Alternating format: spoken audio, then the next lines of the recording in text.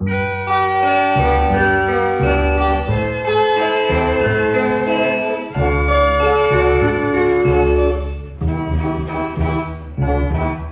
ខេត្តសៀមរាបប្រៀបថានៅសតកាលខ្ញុំប្រតិទ័នការបាត់ដំបងដល់ចិនគំរួញគួនគិនគេងផ្សងតែបាត់ដំបងបងស្មាចំបាឥឡូវបានយល់ចំពេសៀមរាបក្រអូបជួតជ្រាបពោពេញអរាបងបានស្បាយពីរឿងស្នេហានៅការចំបាឲ្យរៀមក្រៀមក្រមរយព្រួយរយនឹករយសែនទន្ទឹងពុំឃើញនំនឹងដែលជ្រៀងផ្ដាផ្ដាំកន្លងក៏ទៅជាយូរខែឆ្នាំ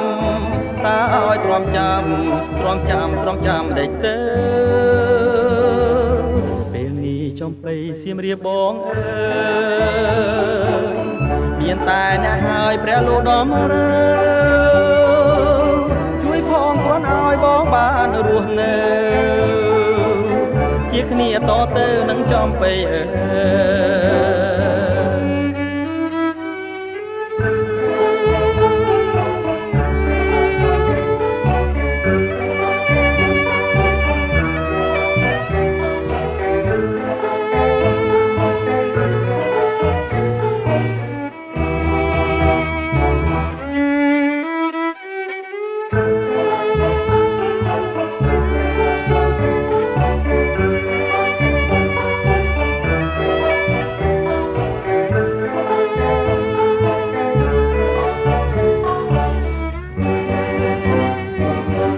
យព្រួយរយនឹករយសែនទន្ទឹង